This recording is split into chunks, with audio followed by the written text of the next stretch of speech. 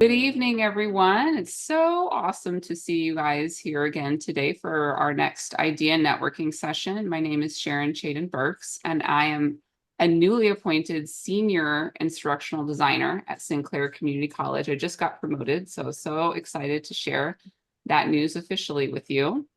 And tonight we have two guest speakers, someone who has been here a few times before. I'm excited to have Steve Corney back. He's going to be sharing about all the cool stuff he does and probably also about your mentoring program. I don't think I confirmed that, but probably, yes. Maybe. Yeah, Maybe. whatever the people need. Yeah. Okay. And also Rebecca Carey. And Rebecca is going to be the first one to speak. And then after our breakout rooms, I have a little bit of information to share from a Teaching with AI conference that I went to this past month. So saying that so I don't forget later. Rebecca, I'm going to put the spotlight on you and let you share about how you how you moved from teaching to instructional design. Oh, you. Hey everyone. I'm Rebecca. So I'm currently an instructional designer working in finance. So I have been in my current role for about a year now. And prior to that, I transitioned out of elementary school teaching. So I taught in a classroom for about 4 years as a classroom teacher. And then about probably 2 years ago, decided I don't see myself doing this forever. Started looking into a whole bunch of different career options like project management, instructional design, curriculum development. And instructional design was the path that really seemed to fit me. So I started trying to look for ways to transition. Um, Started applying for jobs, and it really quickly turned into something that I was just getting discouraged by because I was applying for jobs, getting absolutely nowhere. Um, so I applied for probably 3 or 4 months and got one interview and no callbacks. Got really discouraged, almost quit. And then I started really figuring out how to network a little bit and made some great connections that walked me through the actual instructional design process, how to start fixing my portfolio, getting my resume ready. So about 6 months into the actual job hunt process, I kind of revamped everything, took some time away from applying and just focused on building a portfolio and actually applying skills that were related to instructional design in my teaching work, like role, and found that there was so much stuff that I was already doing as a teacher that could transition over to instructional design. So I started leading some projects that were professional development related for teachers, started using the design, like the ADDIE design method, to make portfolio samples from my teaching work. And about a year from the time that I first started applying, I ended up finding a contract role in instructional design for a pretty large credit union. And got that contract role through some of my networking connections and some of the other people that I'd met along the way. So that contract role ended up being my foot in the door that led to a full-time instructional design role. So that's the quick version. Once I got my role, I was amazed by how well prepared I was from my teaching roles. There was a lot of skills that transitioned over. But the most important things were for sure building a portfolio and networking for me, because those two things really changed it from something that was discouraging and overwhelming to landing the role that I'd been dreaming of for over a year at that point. So I am very happy as an instructional designer, and the transition process was hard, discouraging, but definitely worth it in the end. So that's my quick rundown. I have one follow-up question because you were talking about networking. What was the most helpful for you first to keep you motivated to keep interviewing? And were there any like connections that you met that helped you even like second or third degree connect with somebody who was hiring? Yes, so great questions.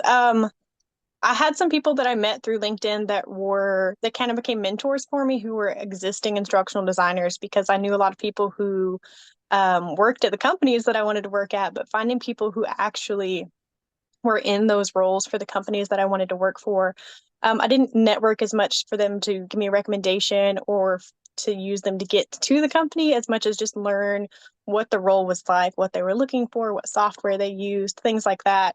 Mhm. So having those connections that were in the roles and the types of companies that I wanted to work for were really helpful. And they encouraged me of like, yes, it's worth it. Keep going. So talking to former teachers was really motivating. There was a lot of doubt along the way of, is it really better over there? Is the grass actually greener? Or is it just something new? Is it worth it? So when I would talk to teachers who had transitioned and been out of the classroom for a year or more and saying, yes, I don't regret it. It really is different over here. It is something you can thrive at, and those problems you're having in teaching can be improved. Hearing from those former teachers really inspired me and motivated me.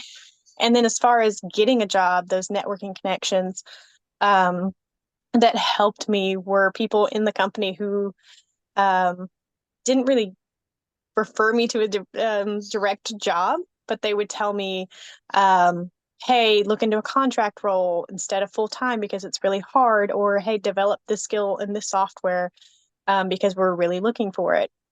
So things like that, where I talked to people at the companies that I wanted to work for and said, what are the skills that you guys need? What are you guys prioritizing?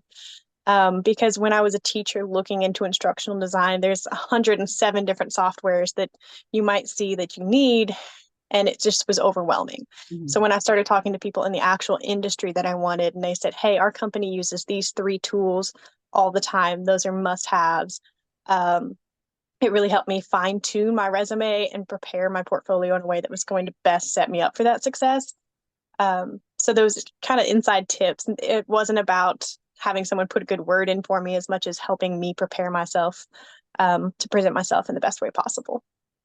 I like that. That sounds very authentic. Um, I wanted to add on to that about is the grass definitely greener? I want to speak about the whole, oh, I don't want to give up my summer. When I was teaching, I taught on an 11-month contract. So it was real weird because I was in ESL. I was teaching ESL in higher education. So I got some time off in the summer, but I didn't have this magical 12 weeks off that some people get. But even so, I don't miss having my summers off because I was so burnt out at the end of the year. It would take me forever to just get back to normal, get back to like even. And so I work all year long, but I have vacation. And taking a vacation in February and taking a vacation in September and taking a vacation in April when I feel like it, and then knowing I can go away and I don't have to find someone to cover my lessons. There's not a lot of hostility about me leaving. It's just everyone takes vacation when they want to take vacation. And the rhythms are a little bit different. And my summers now, I do higher education instructional design. Summers tend to be the busy time because we are preparing all this stuff for fall that needs to be done. But when I go home at the end of the day, I'm at home, or I mean, I work remote too. But when I leave the space of doing work, I'm not carrying it around in my head anymore. I'm not working on dinner or whatever and thinking, oh, I hope I get that lesson planned. I don't do that anymore. So I think that meant for my mental health, it has been really good. Steve, are you ready? Dude, I'm taking notes, man. I'm Okay, just all you. Hey everyone. Nice to see. I need some chat support because whenever I talk, I want to make it super relevant. So could you in the chat just tell me where you're at in your transitional journey, or whether you've made it out, whether you're still in? There's no right or wrong answer. The only wrong way to do this is to not tell me, because then I'll just talk about, the weather in Australia and how we're in the future and blah blah blah. We were just talking actually that Sharon's name in Australia is abbreviated to Shaz or Shazza, and it is like the unicorn name that would be idolized if Sharon came to Australia, which is, I encourage you all to do so, because Australia is 40% off. So How do you because our spell currency that? is Sheza. SSHAZZA, Shazza. Nice. All right, cool. I've got some in there. Emily and Zinyi, thank you so much. ID Bootcamp Storyline Project, nice. And then working on portfolio, 17, yeah, beautiful. Transition into April, narrow focus to ID, beautiful. Cool, cool, cool. All right. Who am I? Because I transitioned from college straight into agency life because I just couldn't deal with the getting a job side of things. So I started an agency when I was 23. And for the last like 17 years, that's sort of been my jam. And what the beauty of working in an agency is I get the flexibility of doing whatever projects we want, working with really cool people, but I've actually got to hire a lot of instructional designers and learning designers. So over the last maybe 4 or 5 years, and thank you for all your stuff in the chat. I'm going to keep an eye out. Job search, trying to land, resigned, and all good. Volunteered, gotten some experience, all that sort of stuff. What I've sort of seen is I've sort of sat on the sidelines for a while and watched the Devlins and the Tim Slades and the Heidis and all those sort of people come out of the woodwork, and then all of a sudden someone's got their hand on this world, the transitioning teachers world, and they've sort of started to like monetize it, not for the benefit of you. It scares me because it's not that complicated, and it's something that for me I feel it's like my duty to come in to sessions like this. This is why I love what Sharon does so much, is because there's a lot of opportunity to manipulate people who are looking to transition, because you might feel, and correct me if I'm wrong, maybe you feel this, maybe you don't, you might feel like, I'm a teacher. I couldn't possibly be an instructional designer unless I do all these courses, unless I do all this extra education, unless I, sell my soul to Devlin for, $5,000 or whatever it is. And I love Devlin. So, it's a great program if that's the sort of direction that you want to go.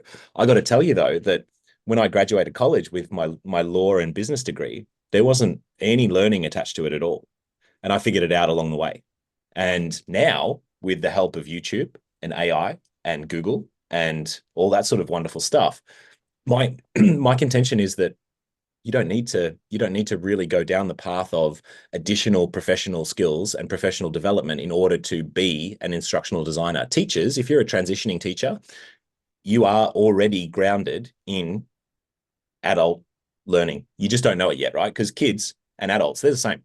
They're the same. And learners, especially in the corporate world, you need to treat them like kindergarten kids.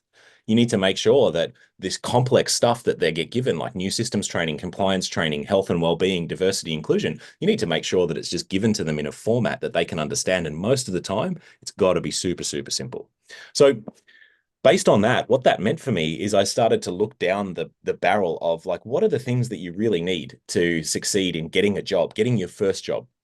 Because the first job in instructional design, you'll never have to get your first job in ID ever again. Because once you get it, you're proven. All that stuff that you're carrying in your head disappears because now someone's given you a go. So all you've got to do is get a seat at the table. So my existence is to sort of equip you with the ability to do that. So number one is portfolios. So portfolios, and this is something that I'm going to give to you as a thanks to Shazza for letting me come and hang out with you guys again. I'm going to give you access to our free little 5-day Pimp Your Portfolio challenge. My argument with portfolios is that you should do video. You should video your portfolio. And the reason I say that is because maybe in the chat, who has trouble finding time to build full programs to put on their portfolio? Just a show of hands. Like I would have trouble. Like I would have trouble finding time, because when you give someone access to your storyline project or your rise project, they are going to look at it and compare your design to their ability. They're going to go and try and run the whole thing, and they'll have all this subjective feedback about how you've built it. If you just record a video of you walking through it and highlighting the key points, I argue that that's so much more effective. And the reason it's effective, folks, is because when I'm hiring an instructional designer or a learning designer, or insert your fancy title here, I don't care how you design. What I care about is how you think, because I can teach you design. I can teach you how to build stuff the Learn Awesome way. What I can't do is I can't undo the way that you think. It takes me longer. So what I'd rather see a video of you walking me through your rise, your storyline, your Genially, your Chameleon project, and tell me why you've chosen to design it the way you have. And if you just think about that for a second, think about what that does. Because all of a sudden, if you're one of 100 people that are applying, but you've got a very unique opinion, where you can show this interaction that you've built and say, hey, I've chosen to build it this way because my audience is mobile first. They're also young, so they're not used to watching this on a computer. So I've built it this way on this tool because it's a mobile first tool. That's why I've chosen not to build on Storyline, but I'm building on Rise. So just by doing that, for me as the employer, bam, I can see how you think and I like it. I like how you think. And just sharing your projects or just showing screenshots doesn't give me insight into you as a human. So that's number one. Number one is like you should record walkthroughs of your projects. Number two, you should do an about us or about me video. Hey, I'm Steve. This is me. Here's some facts. This is how I like to design. This is where I like to learn. These are the sort of projects that I like to do. Look forward to showing you around my portfolio. And I think that's a really useful video to do as well. And then Emily, that's a great question. I mean, and we can talk in the breakout rooms as well, but like a mini Storyline course, 5 minutes or longer. Imagine this. Imagine that you just created one slide in Storyline and you made it freaking awesome. So like you threw the kitchen sink at it. You did all the variables, all the hardcore stuff, and maybe it takes you an hour. Because you're going to video it and you're not actually going to let them experience the module, you don't need to tell them that there's nothing else in there other than one slide. And so you can show them on video, hey, I recognize that there was a problem in this area. The way I decided to solve it was doing this. Check it out. I want to show you now. I used variables here. I used text entry here. I used state changes here. Look at how freaking cool this is. Thanks very much. You haven't had to build the whole module. And so for us, when we're pitching to businesses, we get stuck with like NDAs, which means we can't show our clients' work. So we don't have a portfolio. So what I get my team to do as an object lesson is to rebuild our projects in a generic Learn Awesome brand, but just the cool bits, because then I'll video them and show them off. And you can check that out on the Learn Awesome website. We only have video examples. So yeah, that's one thing which is super important. And then I think finally is how you actually get your skill. So it's all well and good to do the Storyline bootcamp, which is great. It's all well and good to go and do projects or volunteer or do that sort of stuff. We have a mentoring program that we're about to turn back on at the end of the month. So if you're interested in that, you're more than welcome to reach out. But this is not you have to do this or you need to sign up. It's just an option for you to think about. We have a not-for-profit. We have a client who wants to build a bunch of life skill programs. And what we do is we bring people in like you for a paid internship, if you like. But what you get is you get to hang out with us for 4 weeks. You build one of the projects for this client. So you're building a real project for a real client. You're working for Learn Awesome during that time. So you get to put that on your CV. You get project managed by me and my lead designer, Larice.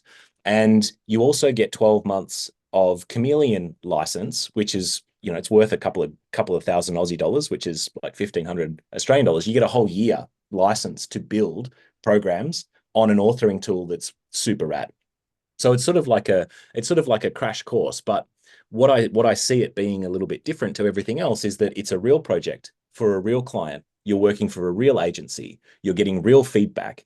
That project is going to live online on the client's website once it gets passed by us. And then as a result, you can then direct people to, hey, I did work for Steve at Learn Awesome. We also did some work here. And this is the output. Check it out. Plus you can do then the video, which we talk about. So yeah, I think it's super important to summarize that don't get caught up in feeling like you need to jump through hoops academically to be able to sit at the instructional design table. Some of my best designers didn't even know what learning design was. They couldn't even spell Bloom's taxonomy. I did a post last night, a response to one of my colleagues, Lee, who's like, oh, my favorite model's Bloom's. And I'm like, look, mine too, but I'd never say it in public because I don't want to be one of those instructional designers that just quotes theory.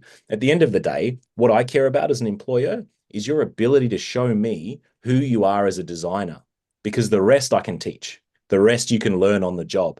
To learn Storyline, Rise, Chameleon, Evolve, you need a couple of days on YouTube and you're there, you're off to the races. But if you're not worrying about that and you're focusing more on how can I show that I know what I'm talking about? How can I show my knowledge in a very efficient and effective way?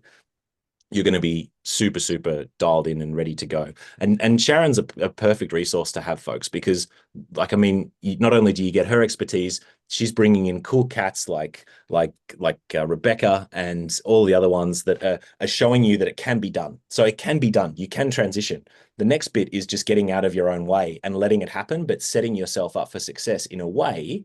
Key thing there is way, right? That's what we are as learning designers. We don't specialize in the what, the why, the how. We are masters of the way that content is packaged. All I'm saying is package your portfolio in a slightly different way to make your life easier and to also make my life easier as a hiring manager so that I can see who you are as a designer. There we go. That's me.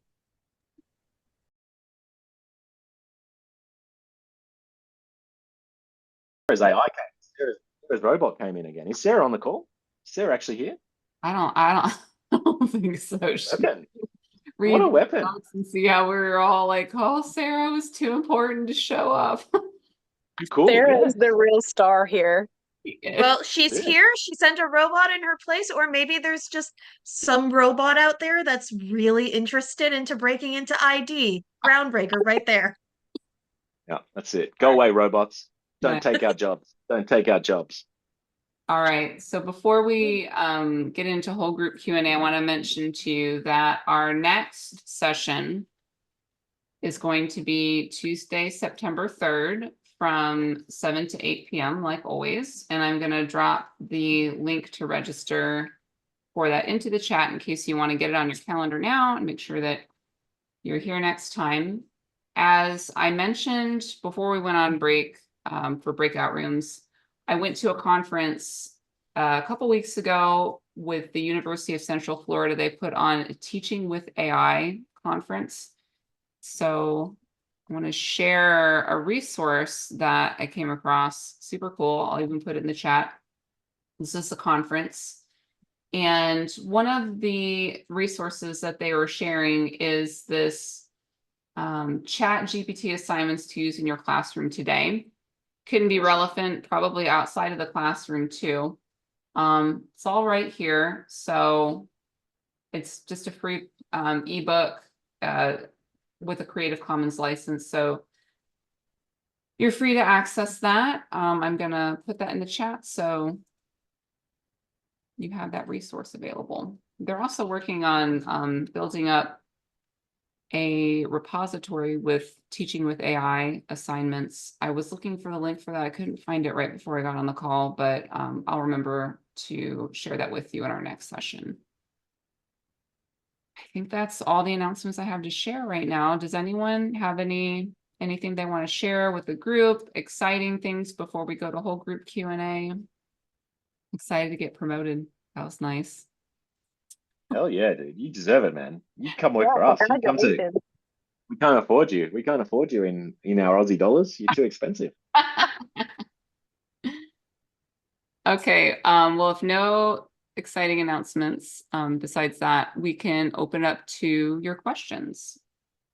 Feel free to unmute yourself or put it in the chat. Emily is raising her hand. Go ahead, Emily. Yes, I had a question for Rebecca. We ran out of time when I was in your breakout room, so I'm glad that I can ask you this question. So your networking strategy, I'm curious, how did you go about targeting and reaching out to companies? Was it based on your location? Was it based on companies that have a mission or a service that excites you, or was it something else? A little bit of all of that. Yes. So I looked for a few of the companies around me that were hybrid or local because at first I was just looking for anything that was posted remote, like in the United States. And those were the jobs that I was like, they had 3,000 applicants in an hour after posting. It was crazy.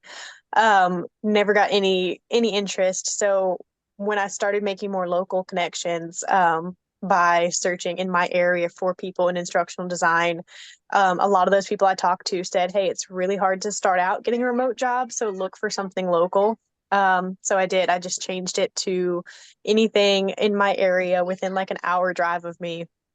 And then I just every week or so would go through and set the search filters on job hunting for like LinkedIn or Indeed. anything in my area that was instructional design. If I found a company posting roles for that, yeah, and like training specialist, anything related to training or learning, anything that was within about an hour drive of me, if I saw positions posted for any similar roles, I would just research them. And there were a few right away that I was like, oh, I can tell this company culture wouldn't be a good fit. I would, connection request as many of those people at those companies as I could, talk to any of them, see, what is their stance on hybrid, what is their leave policy, just anything I could to learn about like the company and their culture. And a lot of those places I was like, oh, no, that's not for me. And then I found a few local ones that I really liked, and then other companies that I just saw from being posted on jobs, and I would start researching them, and was like, oh my gosh, I'm inspired by their post and their mission and their culture, and all of their employees seem happy, and those would be someone that would get added to my list to watch out for future job alerts for. Mm-hmm. Great, thank you. I also put in the chat proposal writer, like when I kind of expanded my view of what I would be willing to interview for. Writing is one of my strengths. So proposal writer and technical writer are two jobs that lots of people put out there. Other questions out there that I'm in gallery, so I'm looking now. For Rebecca, how did you keep track of all of the people that you were contacting? Because I'm pretty sure you were just going through a bunch of them and you were just kind of, how do you keep them straight, basically? Your conversations and all that. So Great question. So I tried not to just spam people. Like, I've seen some people recommend, having like a typed up introductory message or anything. And I tried not to message people just blindly. So I would connect with just about anybody from any company in any role. And then I would watch and see who was the most active. And if it was someone who never posted and I never interacted with, I tried to avoid like messaging them unless they were just like the only person I knew at that company. But most of the people that I talked to consistently were people who posted a lot, and I was probably on LinkedIn way too often during my transition. So I felt like I was building a real relationship with them because I would follow along with all their posts, and then usually would start messaging them based on something that they posted. So I'd be like, oh, I saw your post on this. Would you be willing to tell me more about your role at this company? And then usually I didn't talk to them like for extended periods of time. It'd be like, oh, we'll message back and forth for a couple days, and then I wouldn't message again for a while. And we might stay in touch. Like most of the people that I talk to more than once, like I'll still comment on their posts and we'll message and check in on each other. But for the most part, I just only talk to people that I saw enough to kind of recognize them, because I felt like a kind of a weirdo to just be messaging people who I'd never interacted with at all. So I waited until I would interact with their content a little bit and remember them before I would start trying to message them. I have a tool to share that I learned about recently, because we're talking about, improving workflows with AI. Steve mentioned something. There's a Chrome extension called Text Blaze. I'm going to show you what this can do. It might be helpful to you, might not. I'm not sure if you're using repetitive stuff, but so what you do in here is you get the extension. The extension's important because that is what will tell when you do these snippets, it'll automatically load it into whatever. I'll show you what I mean. So for example, if I want to promote one of our idea sessions, this is my snippet for that. Oh, okay. love it. When I go out here to LinkedIn and I'm typing a post, I can just put that snippet in there, that /idea promotion. So watch what happens here. Boom. Whoa, look at that. Say what now? And that's free. So if for the win. I know, it's so cool what some things can do. You can just, put things in and you can customize it a little bit, but it gives you that framework. If you know that there's something that you do a lot, like all the time I'm promoting these sessions and doing stuff like this. When I learned about this tool, I was like, I cannot believe this stuff exists now and we can just yeah. do this stuff. So there's a little piece of advice, try it out, see how it goes. I have another question on that one. Yeah. I've been really wanting to explore different like AI tools, but there aren't many that I have found that work well in Spanish. My company is predominantly Spanish speakers, and a lot of my meetings are bilingual.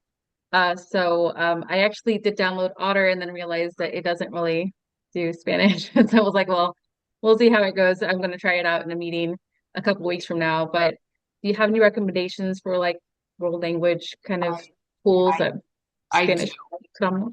I just let me see if I can search this document for it. There was somebody, Deep L translator, Speechalo, generates audio narration, can be done in the target language.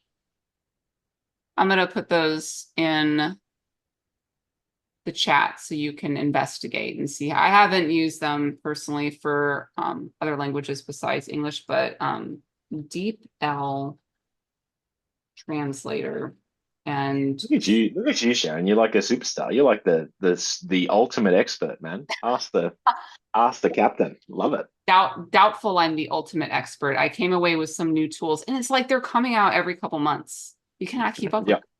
So yeah, I would try those. The Speechalo it can generate, it said audio narration, and the person who was presenting on that said it was pretty good. What they showed, and nothing's flawless, right? But what they showed was you can type a text in Vietnamese, in English, translate to Vietnamese, and then put that into that, and it will have a talking head speak Vietnamese. Yeah, that's rad. That's seriously cool. Not 100% yet, but it's still pretty good. So if your purpose is to just communicate, what's the word? Communicative competence. Just can you get the idea across? Comprehensibility. Yeah.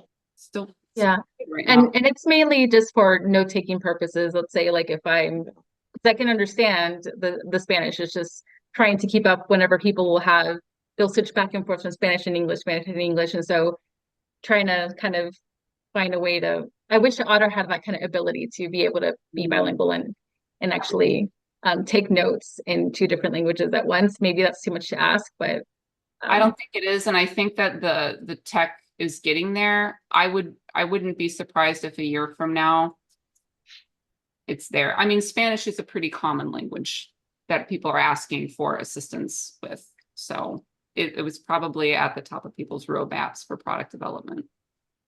Yeah, that's cool. Yeah.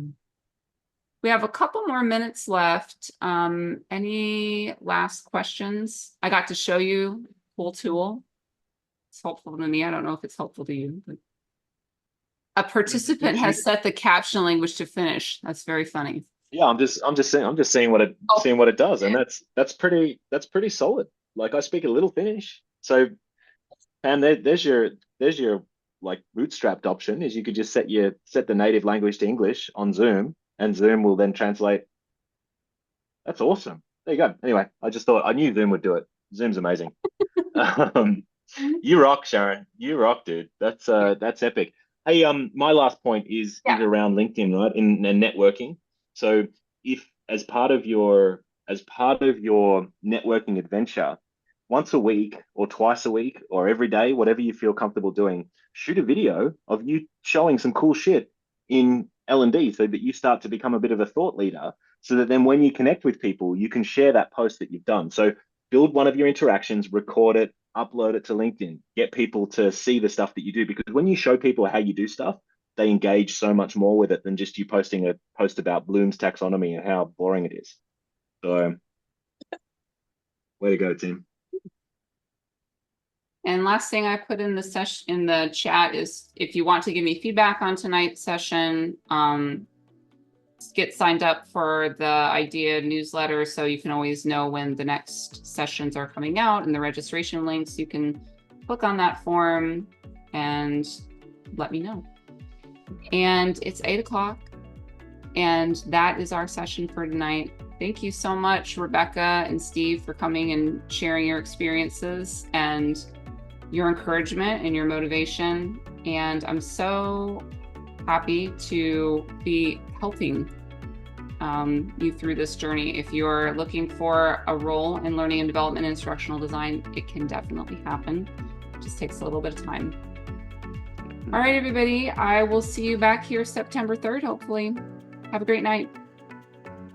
Thank you, guys. Thank you.